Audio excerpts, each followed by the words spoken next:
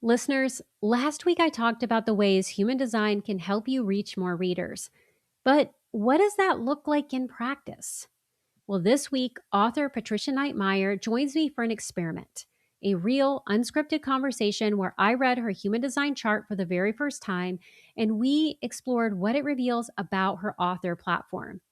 Patricia is about to launch Wonderland, Memoir of a Black Market Adoption, a book 10 years in the making. And she came to this conversation with a very real question. How do I build momentum without burning out? During our conversation, we explore how her design as a projector explains why pitching into the void hasn't been working, what it really means to reach readers beyond your existing community, and why resting more and following invitations may actually be her most powerful marketing strategy. Let's dive in. Welcome to Writing Resilience, the podcast for writers who want to write and live the story that sets them free.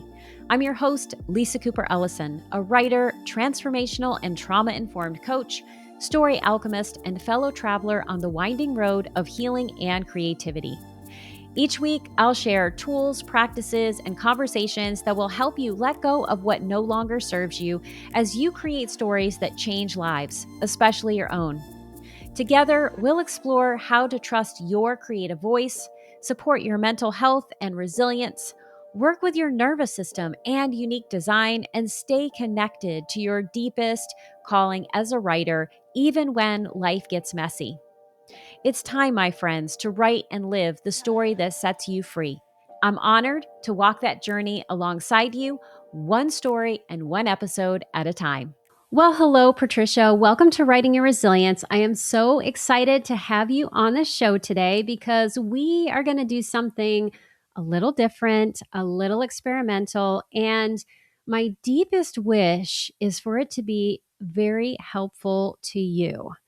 But before we get to what I'm calling the great experiment, I'd love for you to tell us a little about who you are and what you're up to in your writing life. Hi, Lisa. Thank you so much for having me on. I really appreciate being here. My name is Patricia Knight Meyer, and I am an author and marketer. I've been working in marketing my entire life, basically digital marketing and book publicity for a fellow author who's published 5 different books. And now I have been writing my own book called Wonderland, Memoir of a Black Market Adoption. I always said I'd write a book when I had a story to tell. And at 40 years old, when I realized that I really needed to find out who my biological parents were and also at the same time get a legal birth certificate, I began writing this book.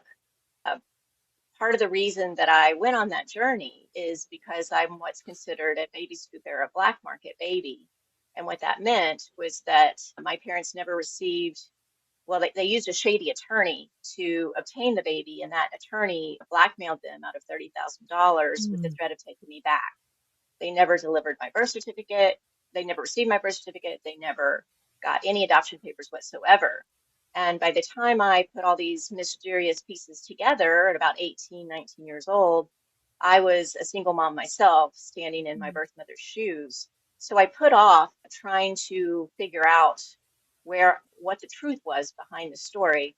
I just kept putting it off because I was a young mom and I had a career to build and so on and so forth. And then when my adoptive mother passed, that's when I realized that, and I was about to turn 40, I realized I really needed to solve my mystery. Also because the state had no record of my birth certificate whatsoever. And I realized that if I ever lost that one identifying paper that I did eventually get, that I would be unable to prove my citizenship. That paper, I believe, was fraudulently obtained by my adoptive father at some point around in my teen years when I needed to get a social security card. So there are a lot of mysteries to unravel. So I wrote this book, and since then I've been needing to put it out there into the world and promote it. I queried for 2.5 years trying to find a publisher, and right when I was almost through self-publishing it myself, a publisher finally came around and I was able to get a contract with Unsolicited Press. I feel like there was a lot to learn on that journey, especially for adoptees. But now that I've got all of the my ducks in a row and the book is coming out November 3rd, I feel exhausted from the process that I've, this long journey that I've been on, at a time when I feel like I need the most energy that I could possibly have. And I think there's a lot of reasons that I feel drained the way I do, but I've recently learned that a lot of it might have to do with human design, Mm-hmm. and that you have some really fascinating insights for me around how I might be able to understand what my drivers are and what my obstacles are and what my strengths are using human design. So I'm really looking forward to learning more about that with you. Yeah, and I'm really excited to share it with you. I want to take the conversation we're having right now a little deeper because, I have encountered a number of adoptees who are wanting to tell their story and they're trying to find that market like you are. And there's some similarities that I'm seeing in some of the things that they're saying about the experience that go against, I think, some of the things that we've been told around what it means to be an adoptee or how people feel about their adoptive parents or how they experience belonging, so many things in their experience. If you were to tell us just one thing about being an adoptee that you feel we all need to know that maybe goes against some of the things we've been told, what would that be? Well, there's a lot of things that I could share. The one thing I can say is I can't speak for all adoptees, but I can speak for a lot of the adoptees that I know. And I spend a lot of time at adoption conferences and have built a very strong, supportive adoption community. And that one thing is that adoption is never a win-win situation, Mm-hmm. and it does not promise a better family to any adoptee. While it can be incredibly necessary in some situations, it shouldn't always be the very first option that we turn to. The adoptees that I know are very much into wanting to support the first mother, to help that mother, because adoption is ultimately first off and first most trauma. We are separated from the only mother that we know, and studies have shown that infants can pick out their own birth mother's breast milk. It is truly a core wound, and it will carry with us for the rest of our life. Adoptees are 5 times more likely to commit suicide, much more likely to have alcohol and drug addictions. I think the statistic is like 10 times more likely.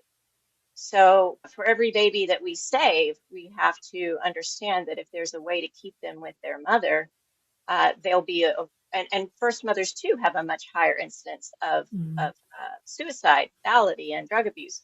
So it's important to us to know that the community understands that what happens to us is a traumatic experience, and a lot of the trope is, aren't we special? Aren't we lucky?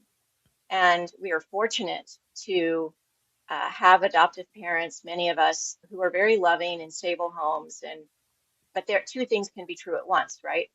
We are fortunate to have a family that has chosen to bring us into our homes and raise us, but at the same time, we are wounded, and we are not going to just arrive as a blank slate and not have traumas and wounds that are carried with us through our lifetime. Any adoptive parent that adopts a child needs to understand that they're adopting what I consider to be a special needs child, Mm-hmm. and that they will need that we are not going.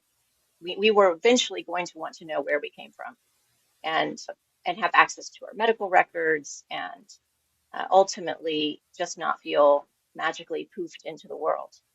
No matter how wonderful an adoptive family can be, for most of us, until we learn our truth of our origins, we never feel like a whole human being. Yeah, thank you for sharing all of that. And I love how you started with, well, I cannot speak for all adoptees, because that's true. No one can speak for an entire community. And yet, because you have such a strong community of other adoptees that you have created in your life, there are some things that you've heard other people say that's like, oh, yes, me too. These are some of the things that happen. And one of them is that core attachment wound, right? Even if a baby is taken at birth, right, and they are adopted at birth, they have spent 9 months in someone else's womb, right? And so there is a Yes. connection that's there that can't be dismissed. And there Yeah. is that experience of wanting to know more. And so if you don't feel like you belong, if there's this sense of wholeness that is missing until you understand the mystery, there's conditioning there. And I'm saying that because that's going to play into what we're going to talk about next, which is your author platform and how we can use human design to help you build something that feels authentic to you. And I'm already seeing things right away in the stories that you've shared where I'm like, yes, and oh, I understand how. So let's talk about your author platform, right? You are an author who's about to launch a book in the world. Congratulations, first off. That Thank is you. huge. Thank It you. also can feel like a lot of pressure because now you have something that you have to sell. So tell us about your author platform. Like, what is it right now and where is the struggle? Okay. Well, when I first got reunited with my biological parents, I started a blog called myadoptedlife.com. And I wrote on that blog for the last 15 years Mm-hmm. about all of the different experiences that I was having as an adoptee and reunion. And so that blog became the core basis for my platform. And then, of course, I got on all the socials. And then I guess right around 2020, I really got involved in the adoption community online, and I didn't realize that there were adoption conferences and organizations like Concerned United Birth Parents and the National Association of Adoptees and Parents and Adoption Knowledge Affiliates. So there are all of these organizations out there designed to support the triad, both first parents, adoptees, and adoptive parents. So there were a lot of resources. And so I began to volunteer my time with these organizations. I ended up doing keynote speaking with them. That platform of my social media, as well as my blog, I host an adoption happy hour for the National Association of Adoptees and Parents, where we have a guest on and we elevate each other's stories. All of this is the core of my platform. And I feel very fortunate that I have such a large network and I've connected with so many people in the community, other adoptees and first mothers who've written books, and some folks that are just those people that you can call when you're having a really down moment, or that call to you when they need support. And I think that I've worked very hard to build connection, to elevate their stories. And I think when you do that, it helps build your own Mm-hmm. platform. All that said, I think I speak for other adoptee authors and people in our community in general, in that sometimes we feel like we're speaking inside an echo chamber. And we all are anxious to figure out how we can go beyond the people who get it or understand the message and reach a broader audience, because we know that just statistically, there's so many more adoptees out in the world who don't know that these communities exist and would thrive in them if they could find them. So that is I think that's a common struggle for the people in our community. But as far as my platform goes, I've been working on doing a lot of podcasts like this, and obviously trying to get the book out into the world. Yeah. And what pieces of this platform are feeling really successful, or where do you feel successful? I feel successful in my public speaking Mm-hmm. endeavors. I've been very lucky to be able to appear and speak at adoption conferences and events. I'll be speaking to a camp this summer Mm-hmm. with adoptive parents and adoptees. That one has me a little nervous. It's the first time that I've addressed that audience of adoptive parents and young adoptees. But I like a good challenge. So I do feel like I'm doing strong there. I think that, and I'm good with reaching out and talking about other people's books and promoting other people's events. I really enjoy doing that. I think that I do not spend enough consistent time working on the early steps for the book launch, such as, reaching out to find people who will praise the book or who will talk about, buy the book and then review it on launch day. I'm really struggling with promoting myself, I suppose. I'm very inconsistent about it. Mm-hmm. Um, and I think that to really like you're supposed to have this really long news email list of people to, that have all agreed to promote your book the day it comes out. And other than having a form on my website to join the launch list, I'm not tying that to my social media as I should.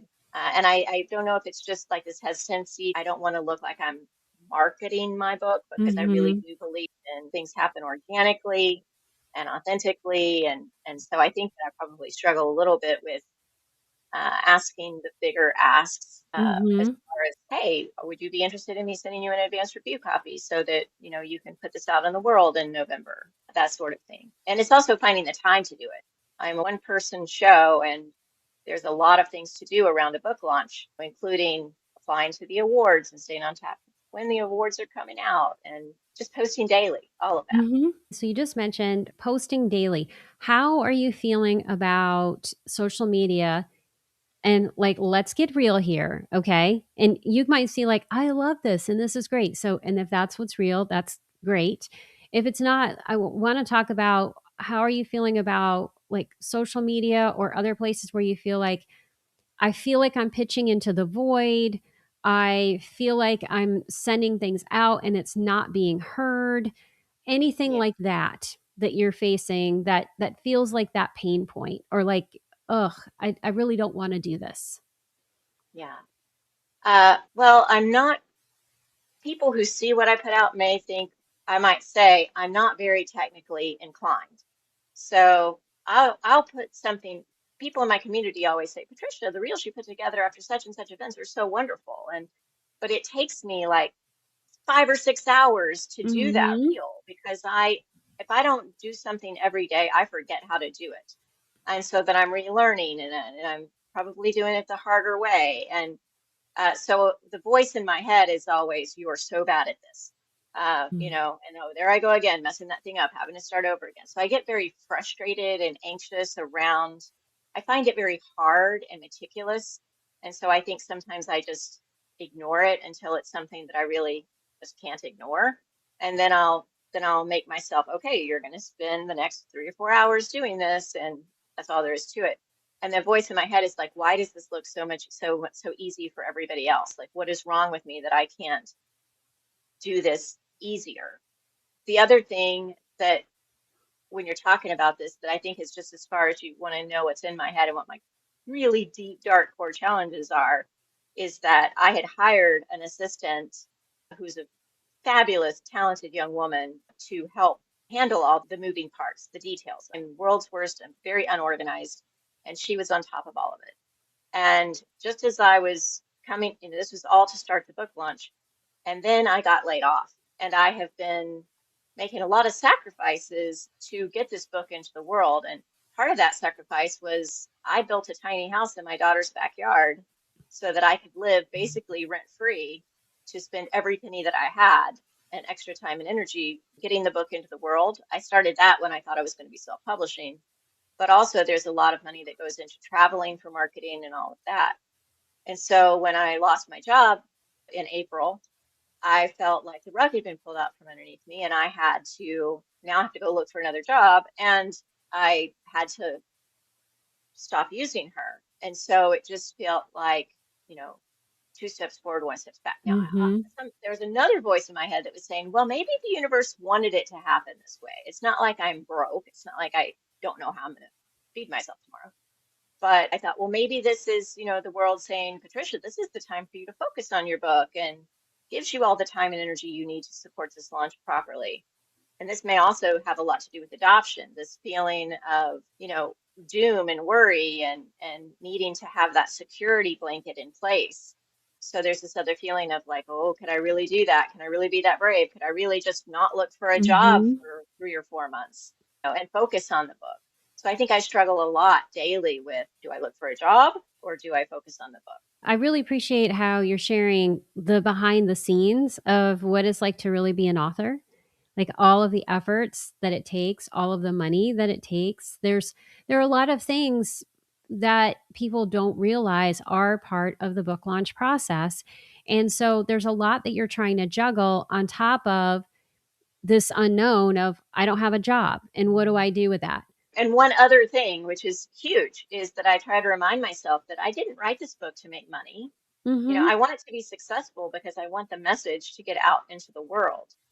But there really is an unlimited amount of money you can spend on a book launch. Like you Yeah. can apply to every single award, and sometimes those are anywhere from $200 to $600. Mm-hmm. You can get yourself on NetGalley, that's another $600. You can buy advertising. God knows how much you could spend doing that, right? And so, how do you decide? Like, that you could also go to every single book festival on the planet. How do you decide what is enough? Yeah. And and I keep telling myself you can't do it all. You Mm-hmm. have to pick and choose and know what is enough for this. But this is a book I've put 10 years of my life in, and so there's this voice in my head that's like, well, you need to throw everything you have at it, right?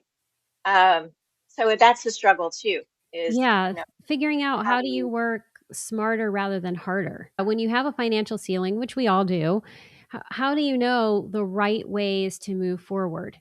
And so I have a lot of great things to say. And so if you're listening to this podcast and you're wondering, how am I going to come up with all of this information? Did you have these long conversations with Patricia beforehand? No, this is the first conversation we're having, and that was intentional. We had a few email exchanges. And what was interesting is one of the email exchanges was around your actual birthday, because you had these, it could have been a day in December, it could have been a day in January. Is what's on my birth certificate correct, given all of these mysteries and inconsistencies in terms of how you got your information?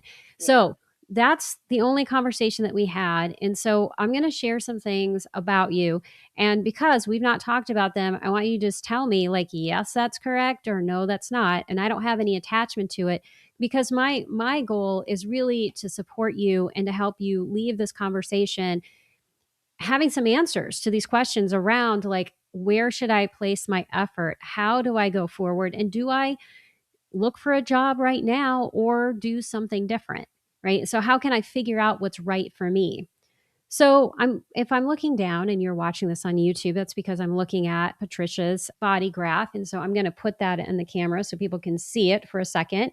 That is what I'm looking at. And so, Patricia, some things that stood out to me as really important is, number one, you are a projector. Okay. And so, for people who don't know what that is, projectors are really important. You are the visionaries. You can see into systems and people, and you know stuff, right? You have lots and lots to say. And projectors often have a deep desire to be heard, right? That's a piece of it, because you have this innate wisdom. The thing you don't always have a lot of, though, is energy, right? Your energy is inconsistent. And sometimes that means that if you're in the right environment around the right people, you can work faster than everyone else. And people are like, how did you do that? And yet, if you do work that fast, you feel exhausted. And you may find that having a 9 to 5 where you're having to work a lot is actually counterproductive to what you want to do, because it exhausts you so much. Is that Yes. ringing true? Yeah, absolutely true. And it's funny because if I go to an adoption conference, I have tons of energy, Mm-hmm. love it, and then I come home and I crash from the how, emotionally draining it is.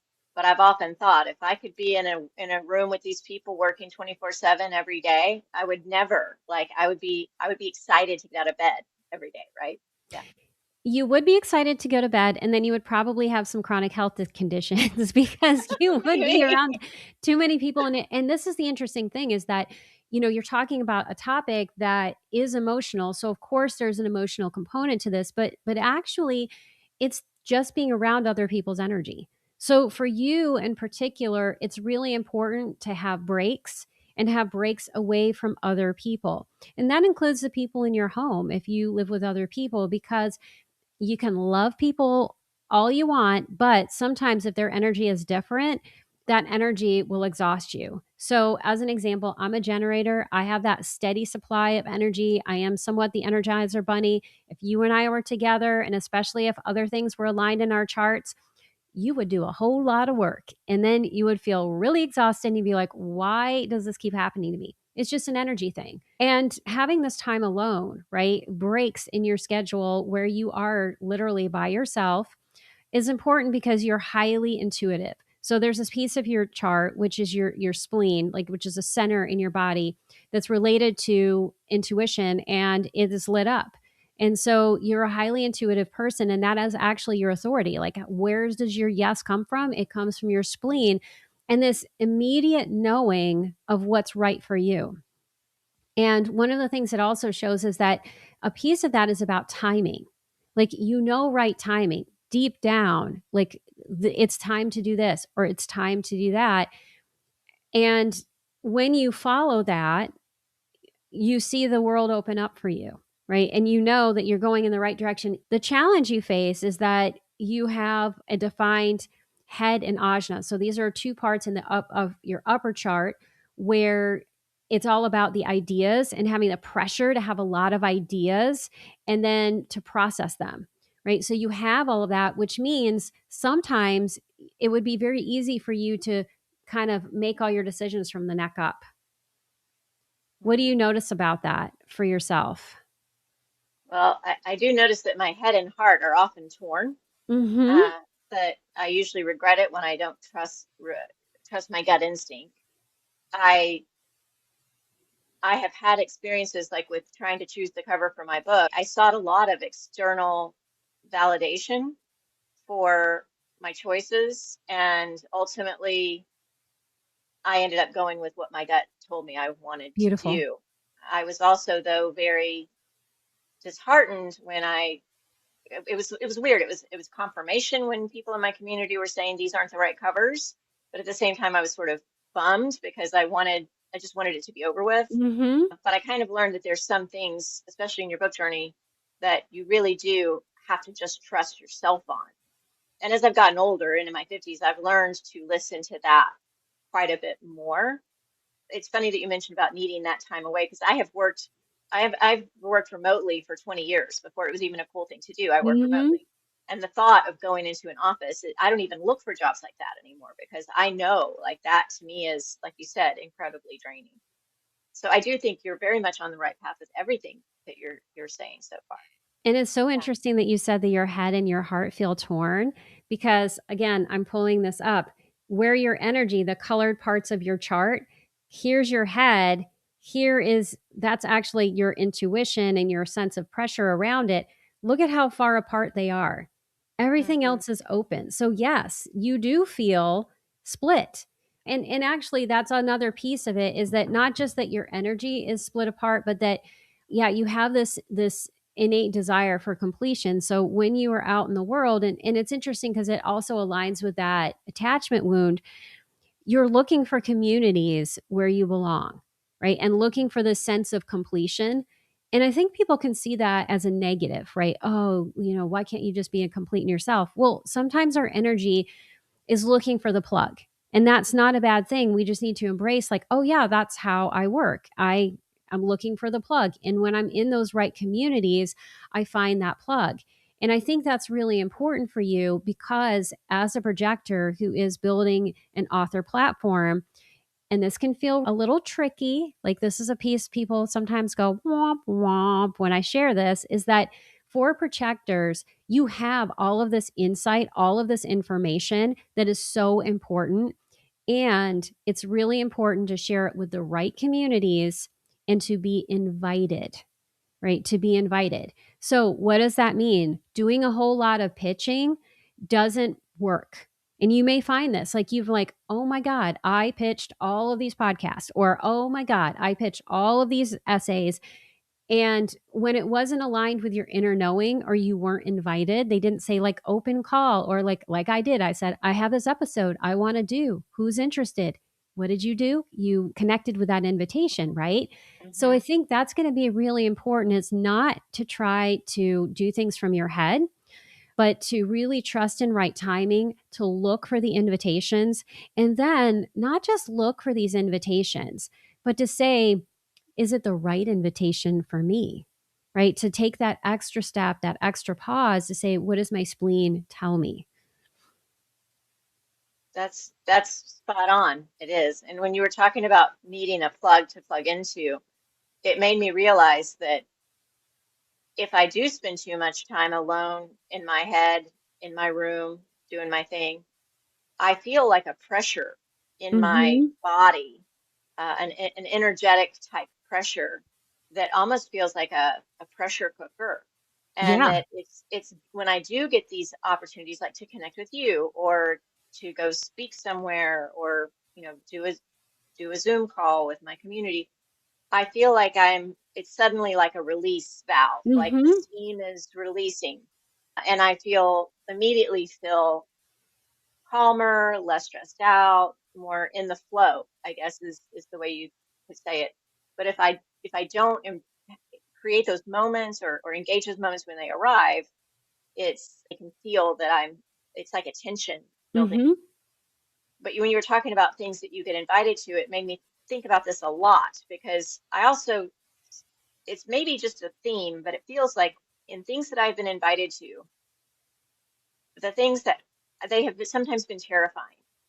And I have a lot of anxiety around speaking publicly. And so that's, to me, I picture that as just something that's I need to grow into. Like it's a good Mm-hmm. opportunity to like conquer fears. But I didn't seek out the opportunity to be interviewed on Al Jazeera. Somebody just reached out to me and said, "Hey, do you want to talk about baby boxes?" And Yes. then I was like, "Oh my God, do I want to talk about baby boxes? I don't know. What do I think about baby boxes? Boy, this is a hot topic."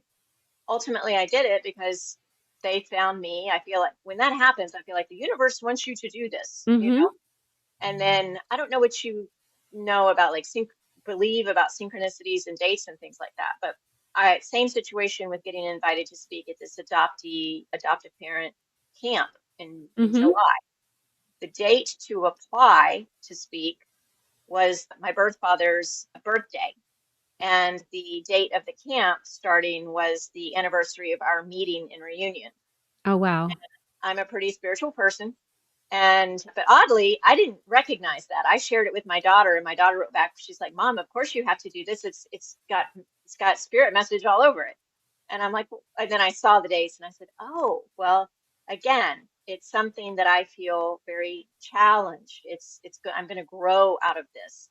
And that's where it gets confusing because it's like, is it my head saying, "Oh boy, this is scary," and my gut saying, "You're going to grow from this"? Or is it Mm-hmm. vice versa? And sometimes I can't figure out really which one is, I guess, is it always it's better to listen to your gut? It is actually especially from a human design perspective, we are not meant to make decisions from the neck up. We all have different ways of making decisions. Yours is very intuitive. Mine is a body response to things I see out in the world. Yours, you don't necessarily have to have that external input, but you do have some sort of body knowing. And I love that you just shared something that's really important for you. Your profile, which if we were to think about, it's like the mask you wear, you have two parts to that. One is the role model, and the other is the hermit. Okay. And so, what the hermit means, that's the two line, is that you're a person who needs time alone to develop your skills. You have this innate way of doing things, like a skill that people are like, how'd you do that? Oh my God, you're able to do that. Where did you go? How did you see that? They see this in you. And you're like, I don't know. I don't know, but everybody says it, right? But you don't see it. So, in order to develop that, you do have to be alone. So, you need to have that alone time. So embrace that as a piece of your experience. But you do need to also be with other people so they can reflect that back to you, what that skill is, and embrace that even if you don't understand how that skill works, it's there. It is a piece of who you are, and you can trust that you can use it. The other aspect of your profile is that it's the sixth line. And so the sixth line actually has three parts. And it's interesting because it totally aligns with what your story is. In the first 30 years of life, you go through struggles, and there's all of this experimentation and turbulence, right? And not knowing. And then from about 30 to 50, there's a pulling back. There's this time when you're healing, you're trying to build a foundation, you're trying to figure things out for yourself. And then around 50, you have all this wisdom that came from all of that experimentation, all that turbulence, and the work you did to figure some things out. Right. And it sounds like for you, around age 40 was really a pivotal point of trying to figure things out. And I would also suspect a lot of emotional turmoil, challenge, things that happen in, because that's part of what we go through around that age. And all of that has led to this place where you now have this wisdom that you embody as the role model.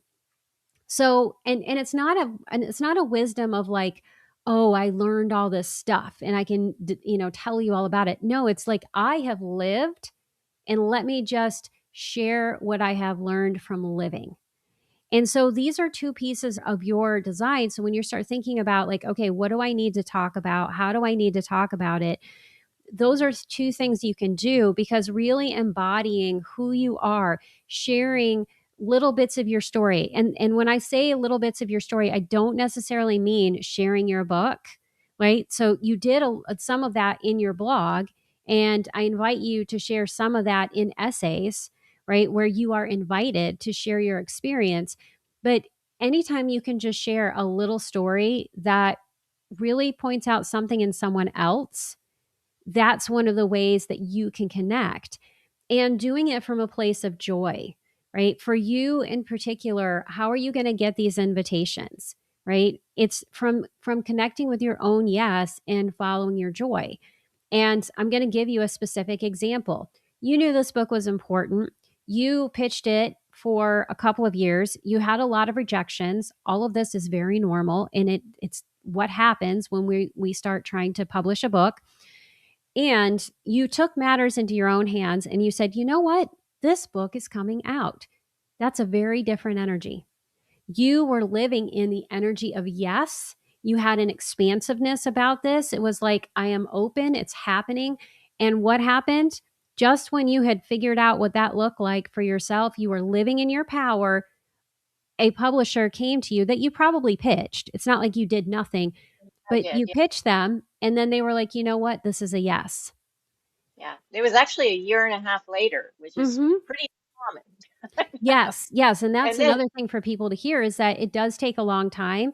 And so what you did is you found your own yes, and having that energy of yes attracted this opportunity. So I and think part of the challenge is, how do you put yourself out there, like do some of that yeah. efforting, but in a way that's not about like, oh, I've got to have these outcomes. I want to add to that too. Mhm. The timing of it. I had already designed the cover. I already had it typographed. I'd already hired professional editors to edit it. It was basically, I mean, just a few edits shy of ready to go. And so when the managing editor there contacted me, part of our agreement, even though they are a traditional press, Mhm. um, it worked out more almost like a hybrid arrangement, because I had already put so much financial investment into the book, and she was happy with the interior, the typography, and the cover. So Mhm. ultimately, I was able to come away with the book as I truly desired it. And a lot of people who go with traditional publishers, they give up control over the cover. They Yes. give over what's inside the book completely. And so I got the best of both worlds. I got the literary credibility and endorsement for the book and support for the distribution and all of that.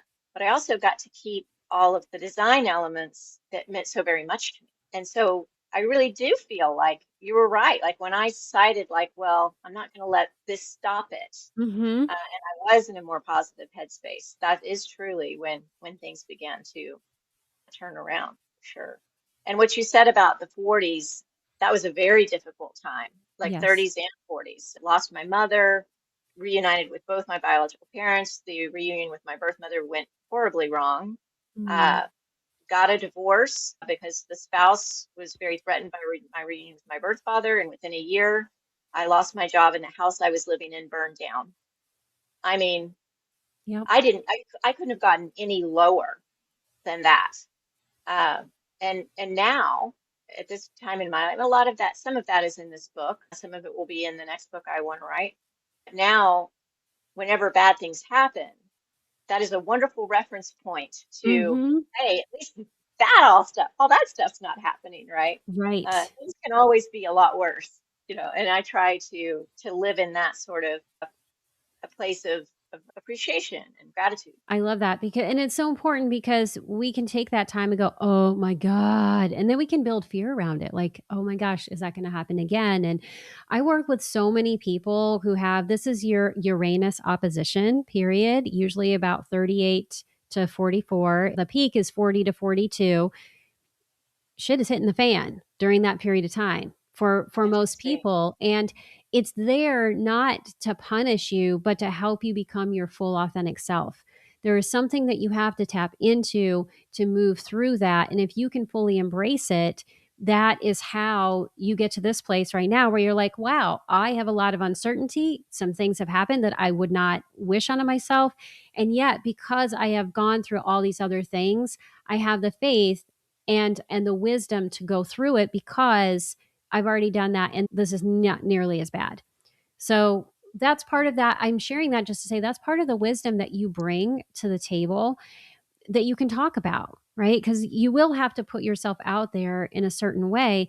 But this is the energy I want you to think about with your social media, with everything. It's just, I am here, right? Not look at me, not listen to me, not and don't give away all of your secret sauce, right? There's things that you know that are your proprietary things, and I would say they're the things in your book that are most important. Don't just give those away if there's not an invitation, because that is something that will lead to bitterness. And you probably already know that if you look back in your life, you've had like, oh, yes, I remember when I did this in this certain way, maybe not with your book, but with something else. And you're like, yeah, I learned that lesson. Really think about that as you are working to build your platform. And like, you're here just to say, like, I am here to be invited and I'm having fun. So do things that are fun and don't worry about being part of like the content machine. I know you're going to feel this pressure, especially now, like I've got to be the content machine. I've got to be in all the places and all the time, and I've got to be posting all I can. You don't. You don't. This is the counterintuitive piece. Yeah, good to What you hear. need to do is listen to your gut, and when your gut says post something, post it. And really when you're thinking about your platform, think about going deep rather than broad. And that might mean that your platform isn't for everyone, or that you're not reaching millions of people, though you could, because Taylor Swift is also a projector, just like you. So it's not that you can't, but that if you're worried about it and you're trying to force it, well, that definitely will not work. But Yeah. just having that openness will lead to incredible invitations. And so another part of it, and then I'm going to give you an opportunity to just share a final question, is that you said, well, okay, I know how to reach adoptees, or at least the adoptees who are part of this community, right? Because you go to the conferences, you are part of all of these communities, but how do we reach others? Maybe adoptees who aren't part of this network don't realize that they're not the only one who has these experiences. But I would say, and this is the piece you may or may not be thinking about, is how do I reach the people who also feel like they don't belong, or the people who are also a part of one of the themes of your book, right? Because part of what helps a book expand its audience isn't just necessarily, it's like reaching your niche audience really, really well. That's job number one.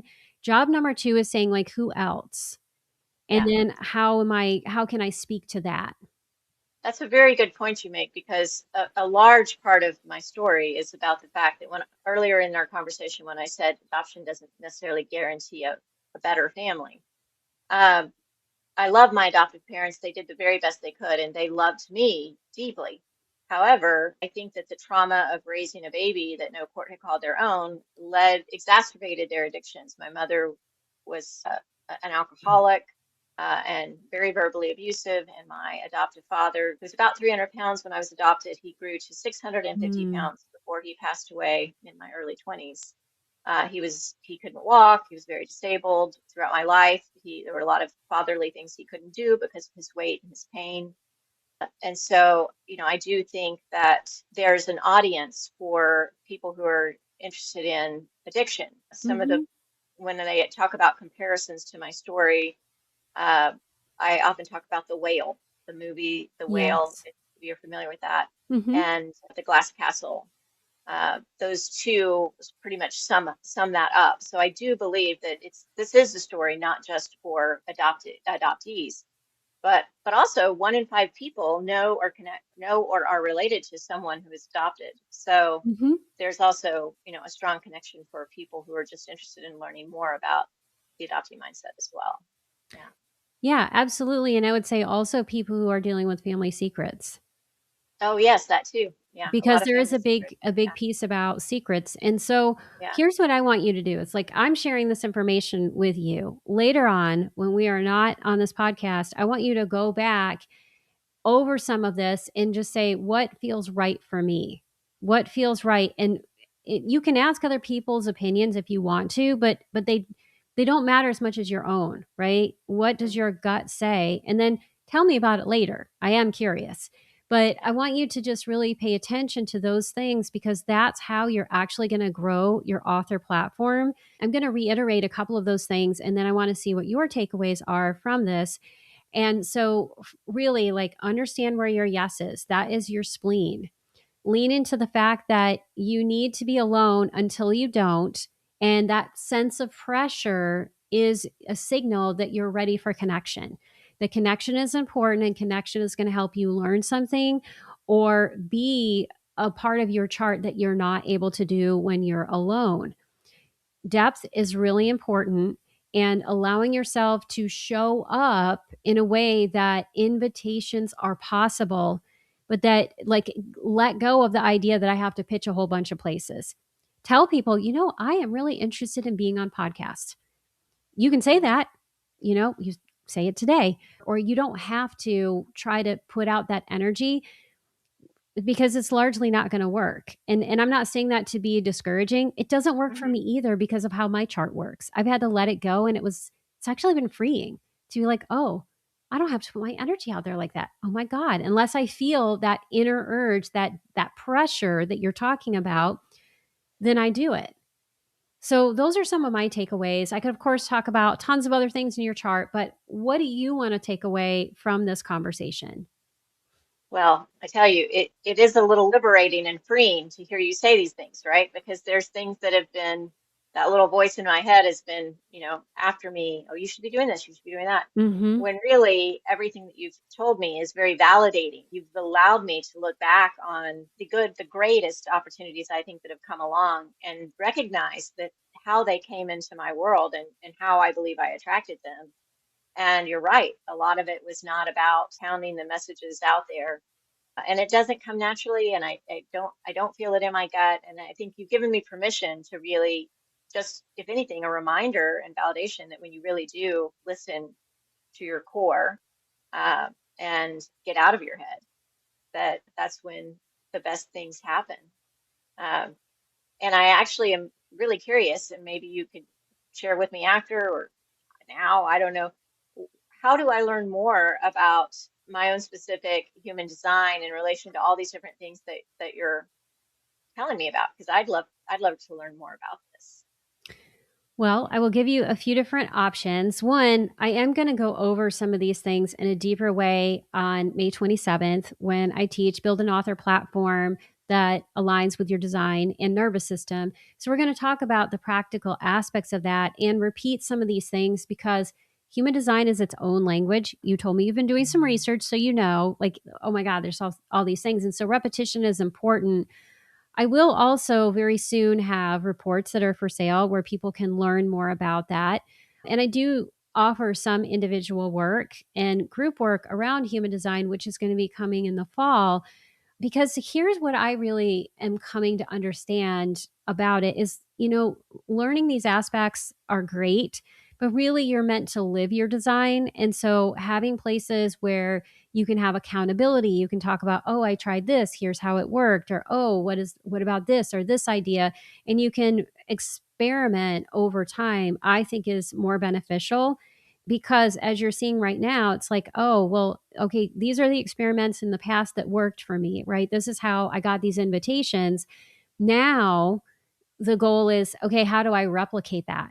This has been such a fun conversation. I've really enjoyed it. And listeners, if this speaks to you, if you have questions about human design or how that pertains to your author platform or another specific part of your life, I would love it if you would share your comments on YouTube or reach out to me because I would love to hear what that is. But for now, let us know how people can reach you and connect with you if they want to learn more about the adoptee mindset, if they are adoptees and they're like, oh my God, we need to connect, or they just want to support you as an author. Thanks, Lisa.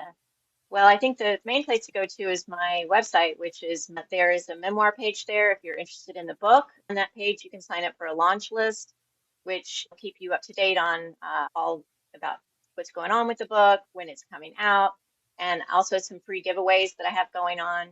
So people can join there.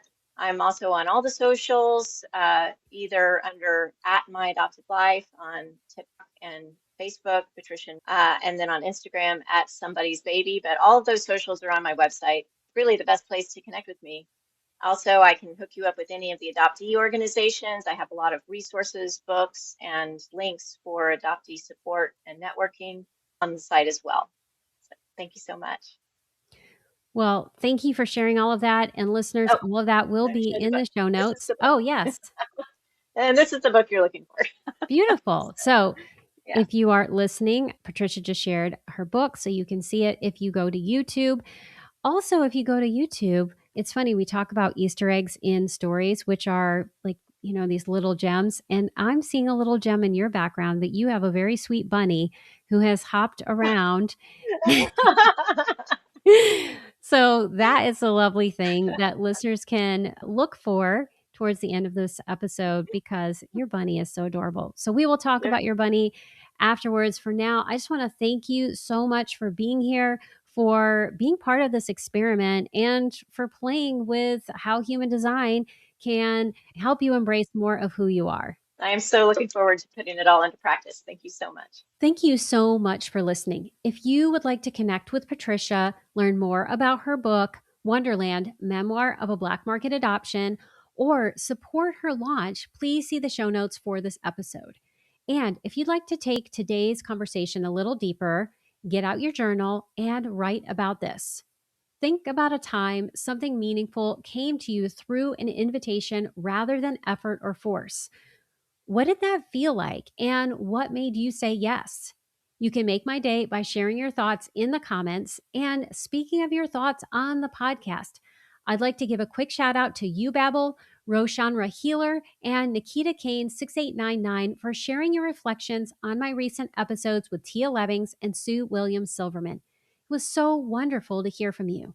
And listeners, if you haven't reached out yet, you can make my day too by liking, subscribing, and sharing your thoughts on YouTube. I would love to hear from you. That's it for today's episode. Thank you so much for listening. I couldn't do this podcast without your support.